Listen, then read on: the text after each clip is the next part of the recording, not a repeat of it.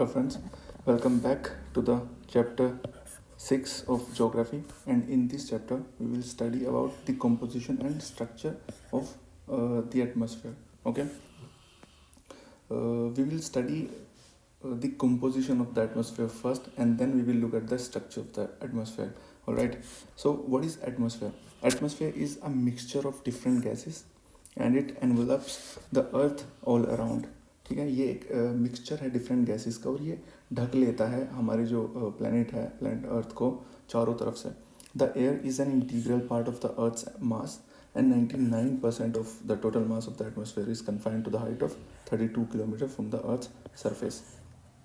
ठीक है, तो ये इंटीग्रल पार्ट है. जो एयर होती है वो एटमॉस्फेयर का इंटीग्रल पार्ट होती है और अर्थ के मास का भी इंटीग्रल पार्ट होती है. 99% of the total mass of the atmosphere is confined to the height of 32 kilometres.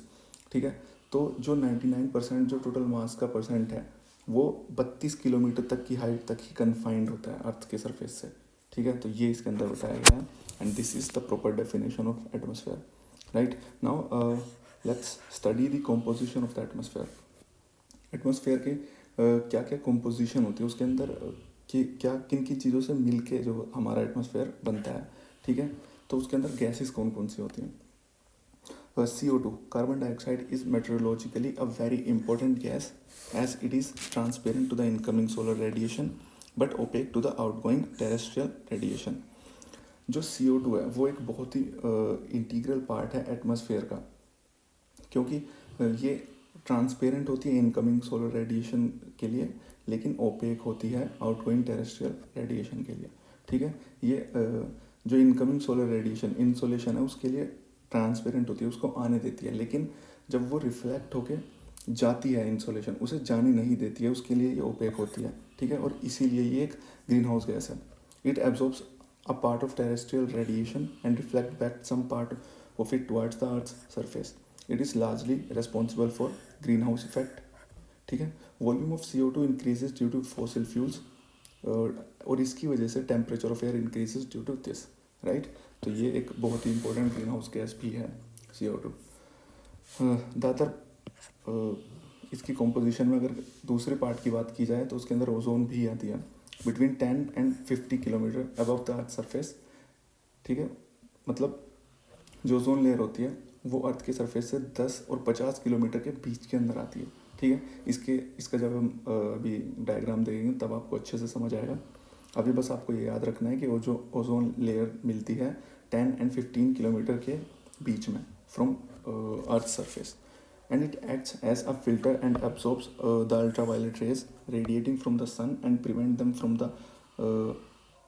from reaching the surface of the earth. ठीक है, ये आई एम श्योर सभी को पता होगा. Now water vapour, it is a variable gas, decreases with altitude. जैसे जैसे हम एल्टीट्यूड इंक्रीज करेंगे वैसे वैसे वाटर वेपर की जो क्वांटिटी है वो कम होती जाती है.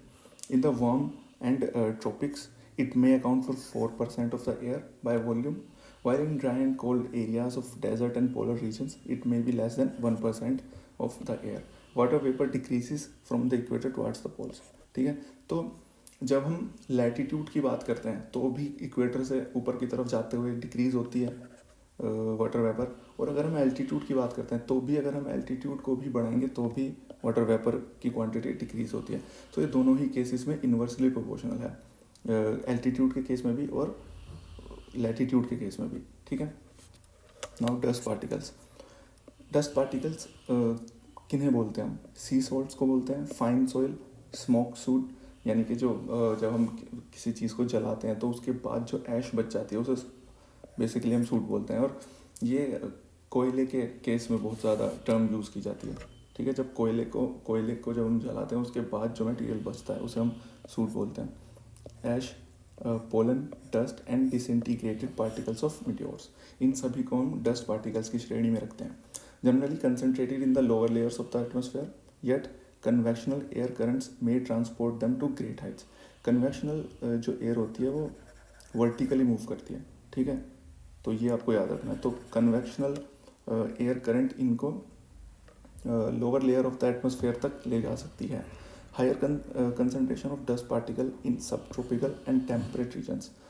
जो सब ट्रॉपिकल रीजन होता है और जो टेम्परेट रीजन होता है वहाँ पे higher concentration of dust particles देखने को हमें मिलती है. Dust and salt particles act as hygroscopic nuclei around which water vapor condense to produce clouds. देखिए ये जो डस्ट पार्टिकल्स होते हैं ये न्यूक्लियाई के जो है न्यूक्लियाई की तरह भी एक्ट करते हैं जिसके अराउंड जो है वाटर वेपर कंडेंस होता है और जिसकी वजह से फाइनली एक बड़ा क्लाउड हमें देखने को मिलता है. ओके तो डस्ट पार्टिकल भी ज़रूरी होते हैं लेकिन फिर वही बात है कि अगर किसी भी चीज़ की क्वांटिटी को हम बढ़ा देंगे तो वो नुकसान ही देती है. तो same goes for dust particles as well. Alright तो ये कंपोजिशन थी. Now we will study the structure of our atmosphere. Okay तो हम नीचे से जब स्टार्ट करते हैं तो सबसे पहले ट्रोपोस्फेयर आता है, then stratosphere, then mesosphere, thermosphere and then exosphere. एक एक करके इन सभी को हम स्टडी करने वाले इसके अंदर. Alright we will start with troposphere. ये जो लोअर मोस्ट लेयर होती है हमारी एटमॉस्फेयर की, एवरेज हाइट जो होती है वो 13 किलोमीटर होती है. ठीक है 8 किलोमीटर होती है near poles and 18 kilometre at equator. ठीक है तो 18 प्लस 8 26/2 13 किलोमीटर एवरेज अगर हम निकालें तो एवरेज हाइट ट्रोपोस्फेयर की अगर पूछी जाए तो 13 किलोमीटर्स और अगर पूछी जाए कि इक्वेटर पे कितनी है तो 18 और पोल्स पे पूछी जाए तो 8.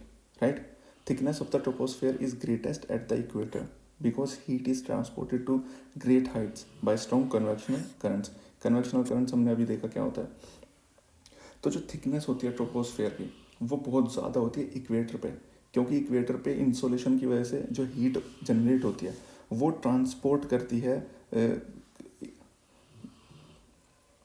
ट्रांसपोर्ट की जाती है कन्वेक्शनल करंट के थ्रू ग्रेटर हाइट्स पे.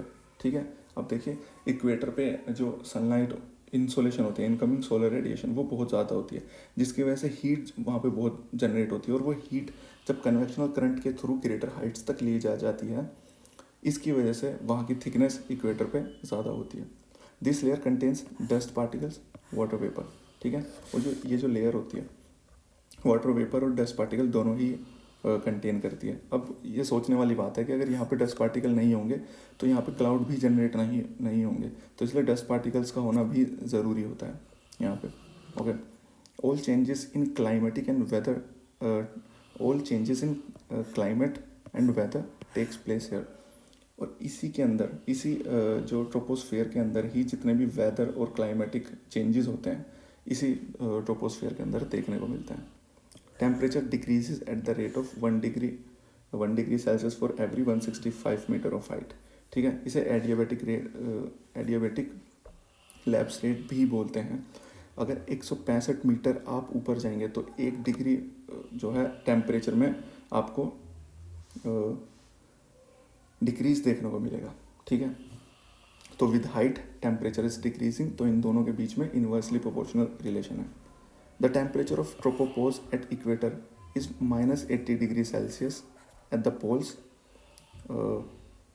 ठीक है इक्वेटर पे -80 डिग्री सेल्सियस है एंड पोल्स पे -45 डिग्री सेल्सियस है ट्रोपोपोज पे. ठीक है ये आपको ध्यान रखना है, ये क्वेश्चन ऑलरेडी पूछा जा चुका है. राइट तो इक्वेटर पे टेम्परेचर जो है वो ज़्यादा गिरा होता है अगर पोल से उसे कंपेयर करें. ठीक है ट्रोपोपोज के केस में. Alright in the upper atmosphere the air is less dense which holds less heat दस टेम्परेचर इज लो. तो अगर आपसे कोई रीज़न पूछे कि ऐसा क्यों होता है कि जब हम हाइट इंक्रीज करते हैं तो टेम्परेचर डिक्रीज होता है, तो ये उसका रीज़न है कि अपर एटमोस्फेयर में जो एयर होती है वो लेस डेंस होती है.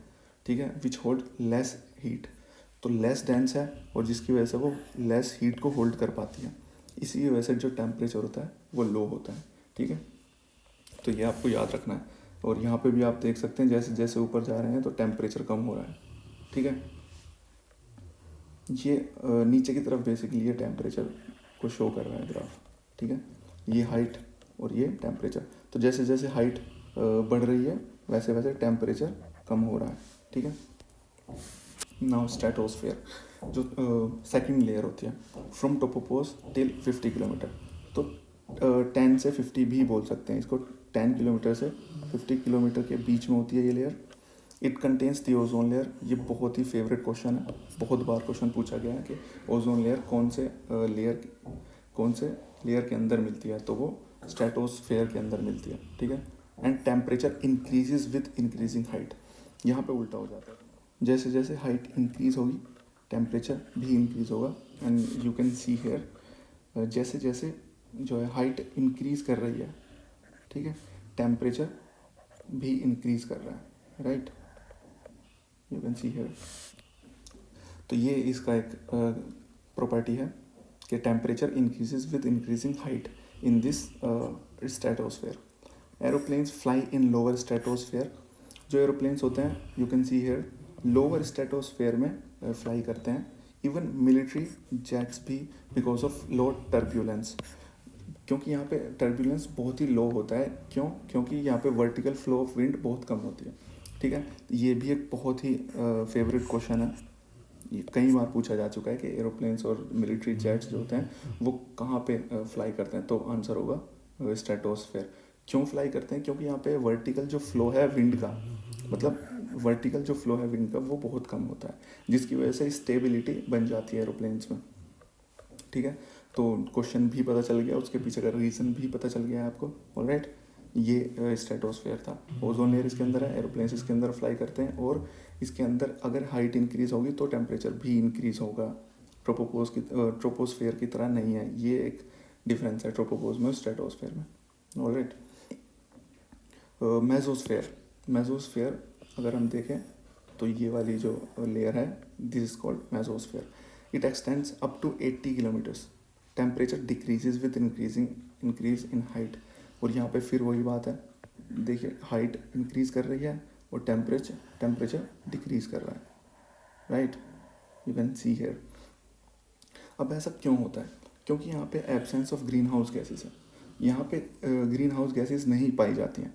अब ग्रीन हाउस गैसेज नहीं मिलेंगी तो ऑब्वियस सी बात है कि जो टेम्परेचर होगा वो कम ही मिलेगा यहाँ पे, going away from ozone layer, ठीक है। तो ओजोन लेयर से दूर जा रहे हैं तो यहाँ पे ग्रीन हाउस गैस नहीं है, और ग्रीन हाउस गैस के ना होने की वजह से टेम्परेचर जो है वो बहुत कम होता है मेसोस्फेयर के अंदर, ठीक है। तो बस आपको ये याद रखना है, रीज़न याद रखना है और प्रॉपर्टी याद रखनी है। प्रॉपर्टी ये है कि with increasing height the temperature in this layer decreases. और ऐसा क्यों होता है? क्योंकि absence of greenhouse gases, right. Now thermosphere के बारे में बात करते हैं। आयनोस्फेयर भी बोलते हैं थर्मोस्फेयर को, और ये 80 किलोमीटर्स टू 400 किलोमीटर्स के बीच में मिलती है, ठीक है। It contains electrically charged particles known as ions. इसके अंदर आयंस मिलते हैं, और आयंस बहुत ज़्यादा चार्ज्ड पार्टिकल्स होते हैं, और जिनकी वजह से ये पूरी थर्मोस्फेयर बहुत ही टेम्परेचर हाई होता है इसका, राइट। तो इसके अंदर क्या होगा, अगर हाइट इंक्रीज हो रही है तो टेम्परेचर भी इंक्रीज होगा। You can see here temperature का जो ग्राफ है वो इंक्रीज कर रहा है, ठीक है। और इसीलिए इसको आयनोस्फेयर भी बोलते हैं। Radio waves transmitted from earth are reflected back to the earth by this layer, ठीक है। ये भी बहुत बहुत फेवरेट क्वेश्चन है, कई बार पूछा जा चुका है कि कौन सी लेयर से जो रेडियो वेव्स हैं वो रिफ्लेक्ट करके वापस आते हैं, तो थर्मोस्फेयर या फिर ionosphere. Temperature increases with height, ये ऑलरेडी देख चुके हैं। Gases are in ionic state, और यानी आयनिक स्टेट में है तो एक्सट्रीमली हॉट होंगी, और इसी की वजह से with increase in temperature with increase in height temperature increases, ठीक है। तो ये था स्ट्रक्चर, ठीक है। ये कुछ एक्स्ट्रा पॉइंट्स हैं, जैसे thickness of the atmosphere is maximum at equator, already देख चुके हैं। Because of high insolation incoming solar radiation, जिसकी वजह से हीट बढ़ती है, और हीट जब ज़्यादा हाइट तक जाती है तो उसकी वजह से जो है थिकनेस उसकी इंक्रीज होती है, राइट। ये हम ऑलरेडी देख चुके हैं, ये आपको याद रखना है। Thickness is minimum at poles, ये भी हम ऑलरेडी देख चुके हैं। ओजोन होल्स, ये इंपॉर्टेंट है बहुत, कई बार क्वेश्चन पूछा जा चुका है, हालांकि इन दोनों से भी क्वेश्चन पूछा जा चुका है, बट ये हम ऑलरेडी कवर कर चुके हैं। Ozone holes in Antarctic region due to presence of prominent polar front and stratospheric clouds and inflow of chlorofluorocarbons, ठीक है। तो ये कुछ पॉइंट्स हैं, ये कुछ रीजंस हैं जिनकी वजह से ओजोन होल्स क्रिएट हो रहे हैं अंटार्कटिक रीजन पे, ठीक है। Chlorofluorocarbon, prominent polar front and stratospheric clouds, ठीक है। तो ये चैप्टर था एटमॉस्फेयर से रिलेटेड। आई होप आप सबको समझ आया होगा। बहुत ही छोटा और बहुत ही ईजी चैप्टर था, but still if you have any doubts in any of the chapters that I have been uploading on my channel, you can reach me here on Instagram. All right, thank you very much for watching it, guys. Do like it, share it, and subscribe to our channel. Thank you very much.